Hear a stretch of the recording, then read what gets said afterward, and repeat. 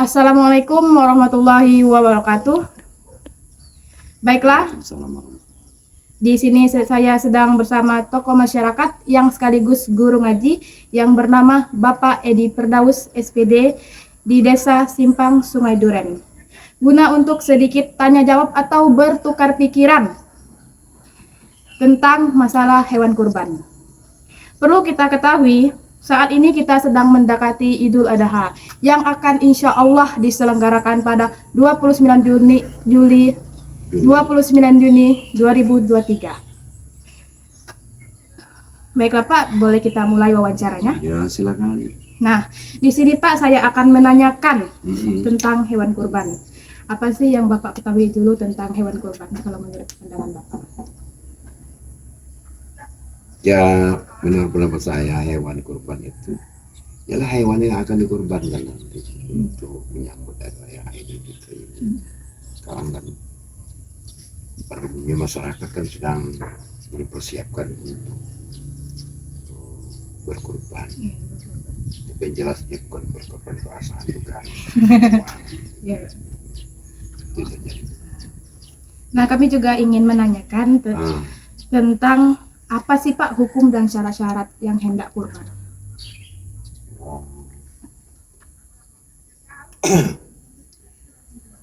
Hukum kurban itu sebenarnya kurban itu kan dilakukan 1 tahun sekali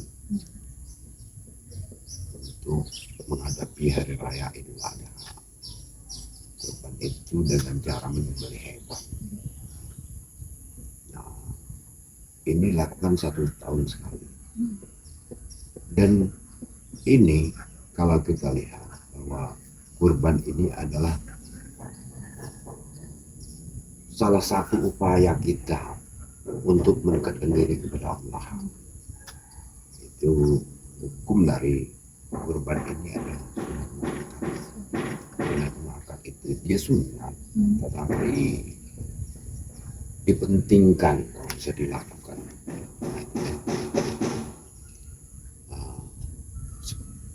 Dan dasar dari kurban ini adalah ayat Al-Quran surat Al-Kautsar ayat 2, yaitu Bismillahirrahmanirrahim, Inna a'tainakal kautsar fasholli li rabbika wanhar inna syani'aka huwal abtar. Ayat yang kedua yaitu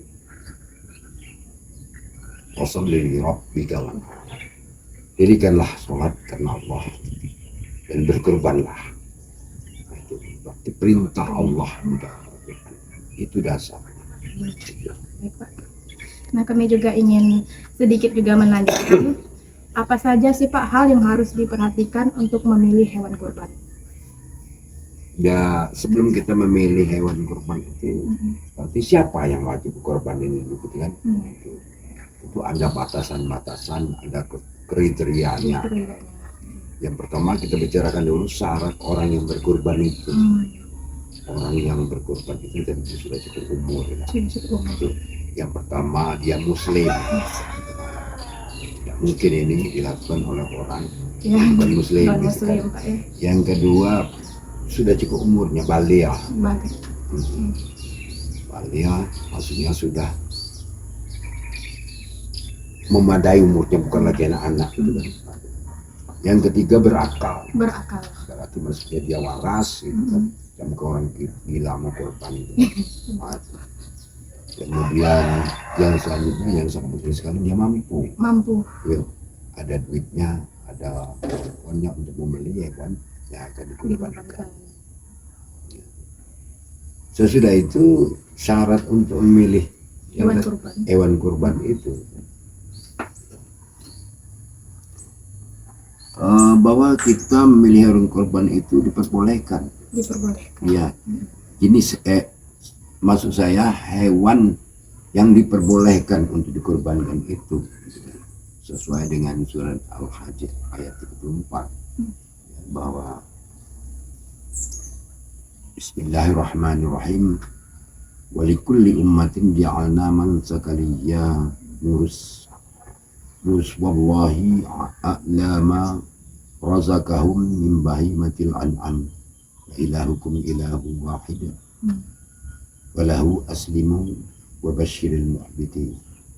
Dan bagi setiap umat telah kami syariatkan penyembelihan kurban agar mereka menyebut nama Allah atas rezeki yang dikurniakan Allah kepada mereka berupa hewan ternak, maka Tuhan ialah Tuhan yang Esa. Disebut dalam ayat tersebut bahimatul an'am, yang berarti hewan ternak. Hewan ternak itu unta. Kalau kita di Indonesia ini kan tidak ada unta, ada Sapi. ya. Itu umurnya kira-kira 5 tahun ke atas itu kalau unta. Yang kedua adalah sapi misalnya. Sapi. Ya, bukan anak sapi, carilah sapi yang bagus yang umurnya 2 tahun ke atas. Yang selanjutnya itu kambing atau domba. Umurnya 1 tahun ke atas. 1 tahun minimalnya, dia masuk 2 tahun. Itulah ini. Berarti beda, setiap hewan tuh beda Pak ya? Iya. Umurnya harusnya dikurbankan. Oh iya Pak, terima kasih. Kami juga ingin menanyakan, apa sih Pak hubungan akikah dengan kurban? Sebenarnya ini keduanya itu merupakan upaya amal kita kepada Allah Subhanahu wa taala. Cuma saja sedikit ada perbedaannya. Akikah ini dilakukan oleh seseorang atau orang tua yang mensyukuri kelahiran anaknya. Itu dilakukan ketika anak ini masih bayi. Atau bisa nanti kalau bayinya dia tidak ada kemampuan gitu kan, nanti umur berapa bisa. Kemudian kurban ini dilakukan untuk semata-mata mendekatkan diri kepada Allah, jadi lebih luas. Dan ini dilakukan pada bulan haji, 10 Zulhijjah ini, seperti hari Lebaran haji itu kan. Nah, itu. Jadi tidak dilakukan seperti akikah. Akikah kan ketika kelahiran anak itu kan. Nah, itu bedanya. Nah, apa tadi yang ditanyakan tadi? Apa hubungan kurban dan akikah? Nah, itu hubungannya. Jadi hubungannya sebenarnya tidak apa, tapi sama-sama gitu kan. Sama-sama ya amal kita mendekatkan diri kepada Allah. Itu beda waktunya, beda tujuannya gitu kan. Nah, ya Pak, itu barangkali yang dapat saya sampaikan. Boleh nggak sih Pak kalau kita berkurban, tapi yang kita kurbankan itu kita juga memakan hewan yang kita kurbankan? Ya jelas, boleh. Boleh. Kalau kita berkurban itu bukan karena melaksanakan satu nazar. Jadi tidak boleh kita makan. Hewan kurban itu boleh kita makan, sepertiganya itu kita boleh. Kalau memang kita semata-mata berkurban. Nah, tapi kalau kita bernazar untuk berkurban gitu kan, maka dia sudah jatuhnya hukumnya berubah menjadi wajib. Nah, itu maka dagingnya itu tidak boleh itu dimakan. Kami juga ingin menanyakan kepada Bapak, apa sih Pak manfaat hewan kurban itu di akhirat? Manfaatnya. Jangan sampai kita bawa ke akhirat itu jadi kurban. Maksudnya apa manfaatnya kurban itu untuk akhirat kita, amal ibadah kita, kan? Sebenarnya kalau kita melaksanakan segala sesuatu pekerjaan itu secara ikhlas, lillahi ta'ala, maka Allah pun tidak akan sia-sia memberikan balasan kepada kita.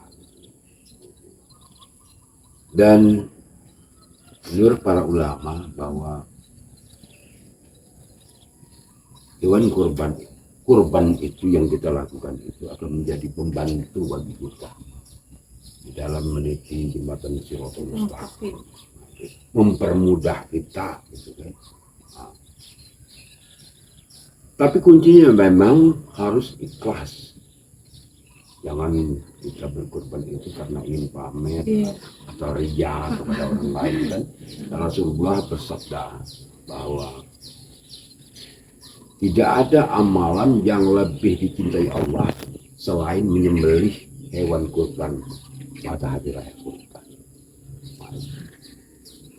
Nah, oleh karena itu Sangat penting sekali. sangat penting sekali gitu kan. Kita semuanya kita berusaha, Allah lah yang menentukan nanti dan di akhirat itu kan. Semoga apa yang kita lakukan, kurban yang dilakukan itu dapat diridhoi oleh Allah Subhanahu wa taala.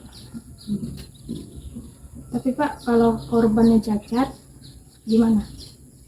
Maksudnya Maksudnya aja jika hewan korban cacat, apa yang kita harus lakukan? ya jelas kita sebelum membeli hewan kurban itu kan dilihat dulu. Ya dilihat dulu. Kesehatan yang pertama dilihat kesehatannya. Gitu kan. Dilihat fisiknya. Jangan kita berkorban itu mencari sapi yang murah, kurus gitu kan. Jadi sebagaimana kita ketahui bersama bahwa kalau kita bersedekah sajalah memberikan sesuatu kepada orang lain gitu kan. Misalnya kita bersedekah buah-buahan, carilah buah-buah yang bagus, gitu kan. Dia segar itu memang untuk kita sedekah kepada orang lain. Jangan dicari buah-buah yang sudah busuk atau disedekahkan kepada orang lain. Ya, itu kan. Begitu juga kita berkorban. Dalam kurban itu sebelum kita membeli hewan kurban itu tentu kita lihat dulu. Ada cacat matanya misalnya, ada buta sebelah misalnya kan, atau misalnya kakinya patah, atau kondisinya tidak sehat gitu kan. Nah itu harus kita lihat dulu, teliti sebelum membeli. Itu jadi kalau barang ini cacat kita beli itu tentu panitia nanti akan komplain atau keberatan. Kenapa Pak Bapak berkorban hewan yang cacat gitu kan. Itu kan kami biasanya tidak mau orang itu. Nah kemudian juga harus dilihat juga hewan yang kita beli ini benar tak sumbernya. Saya beli misalnya kepada Fitri, kepada Fitri, tapi hewannya hewan curian misalnya kan tentu ada juga seperti itu. Tapi kalau kita tidak tahu Pak gimana? Ya harus dicari tahu. Harus dicari tahu. Ya dicari tahu, jangan nanti ketika orang menyembeli orang datang ngambil, itu kan aduh. Jadi intinya bahwa kalau kecacatan ini kita temukan ketika sebelum membeli, tidak usah dibeli. Tapi kalau kecacat ketika kita membeli hewan ini dalam kondisi yang baik, sehat, kemudian terjadi kecelakaan misalnya kan, kakinya patah atau matanya terjepit apa misalnya kan, itu ya itu masih bisa. Nah itu kan bahwa perbuatan ini tidak disengaja gitu kan. Iya. Nah saya juga ingin sedikit menanyakan, jangan sedikit lah, banyak menanyakan tentang hewan kurban. Apakah seseorang diperbolehkan kurban tapi hasil hutang Pak? Oh itu hasil hutang ya. Kita beli kurban tapi kita pinjam uang kepada orang lain. Sebenarnya dalam kehidupan kita banyak sekali orang kepengen itu kan. Iya Pak. Kan? Tapi yang harus pengen berkorban tapi uangnya tidak ada. Nah, itu. Jadi sebenarnya di tengah masyarakat sudah ada upaya-upaya untuk meringankan beban orang yang berkorban ini. Ada korban arisan, kan? Nah, itu sebenarnya itu kan. Itu dapat diancur misalnya dalam 1 tahun itu. Tapi ketika kita sekarang seperti saya kita contohkan, kita lah sekarang kepengen melihat orang banyak berkorban, kita ingin berkorban, kita utang pada orang lain. Yang harus kita pikirkan dahulu, mampukah kita membayar utang? Adakah sumber uang kita nanti untuk melunasi utang ini? Itu kan kalau ada, misalnya kita sekarang pegawai negeri, kemudian kita kan gajian tanggal 1, nah itu kan akan terbayar nantinya, silakan saja. Tapi kalau pembayarannya masih belum jelas, kita ambil uang dari mana gitu kan, nah, itu kan akan merepotkan diri kita sendiri. Nah, itu Memberatkan diri kita sendiri. Iya, memberatkan diri kita sendiri. Jadi kesimpulannya bahwa kalau dia ada sumber uang, silakan utang, jangan bersalah. Kita lanjut ke pertanyaan selanjutnya, Pak. Yang berapa ini? Baru 8. Oh ya, selamat. Ya, silakan. Hewan apa saja yang diperbolehkan untuk kurban, Pak? Tadi kan sudah saya jelaskan ya bahwa hewan-hewan yang Bisa dikurbankan. dikurbankan itu, yang jelas istri tidak boleh dikurbankan. Ya, tidak. Ya, benar, Pak. Ya, hewan yang dikurban itu adalah seperti unta, ya, sapi, domba dengan kambing, Iya. kerbau, domba dengan kambing ini ya, ya 11-12 lah, itu kan. Satu keriting di situ lurus, nah, itu. Nah, kemudian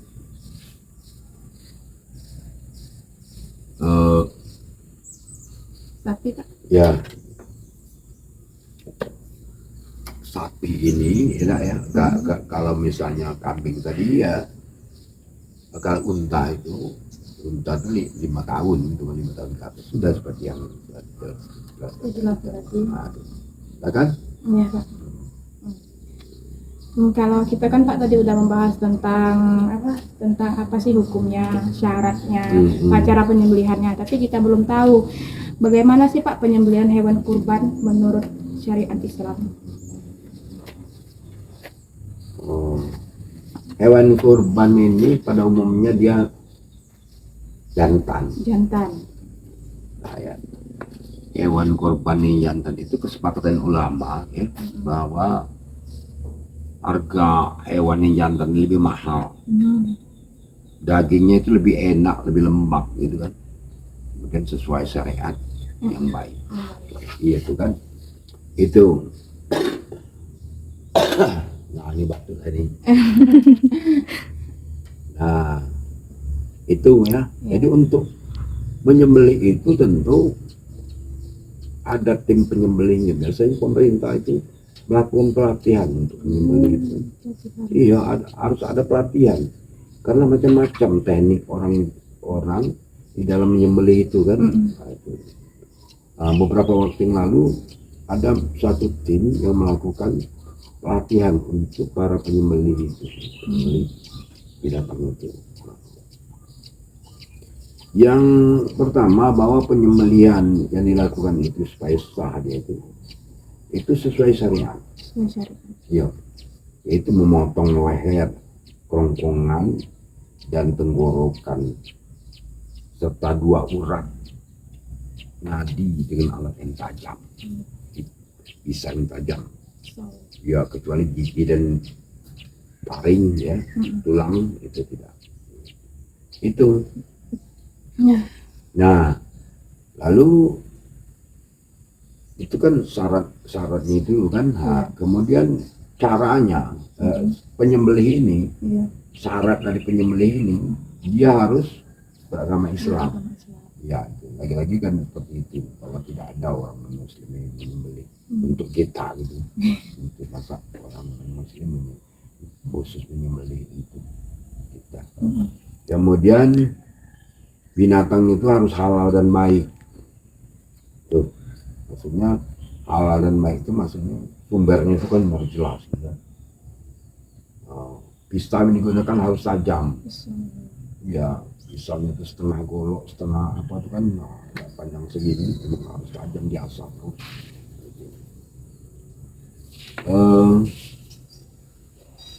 Kemudian dalam menyembelih itu kita mengharapkan keridhaan Allah. Keridhaan Allah Subhanahu wa taala. Kita kalau kita membunuhlah secara ihsan. yang menyakiti. Tidak mengasah, kemudian kita tidak boleh mengasah pisau itu di depan hewan. Ya, kadang-kadang kita terenyuh melihat kita mengasah pisau itu, hewan itu menangis.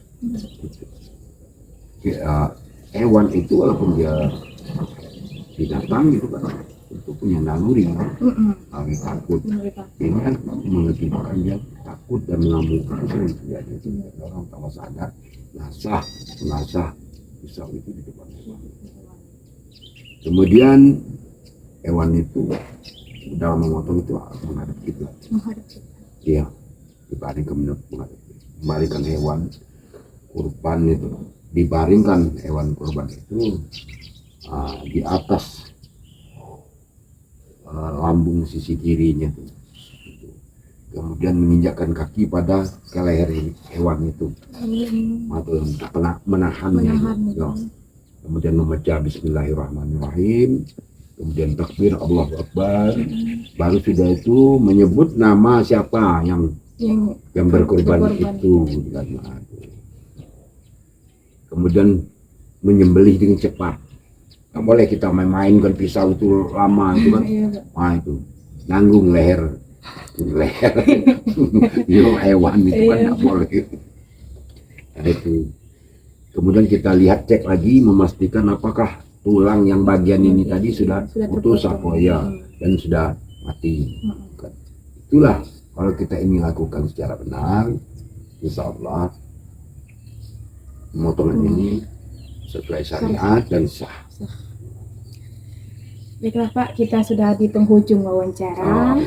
Dan terima kasih atas jawabannya dan waktunya telah memberikan kami ilmu pengetahuan tentang hewan kurban dan hukum-hukumnya, syarat-syaratnya, dan cara-cara penyembelihannya. Semoga hasil wawancara ini dapat bermanfaat bagi kita dan bagi orang lain. Juga mohon maaf bila di dalam penyampaian saya ini ada hal-hal yang keliru. Karena banyak orang-orang yang lebih pintar saya ini tidak tahu apa-apa sebenarnya. Karena ya ditanya ya saya jawab sesuai dengan kemampuan saya. Kepada Allah saya mohon ampun yang sebesar-besarnya bila dalam penyampaian saya ini ada hal yang salah. Semoga kita menjadi pelajaran bagi kita semua.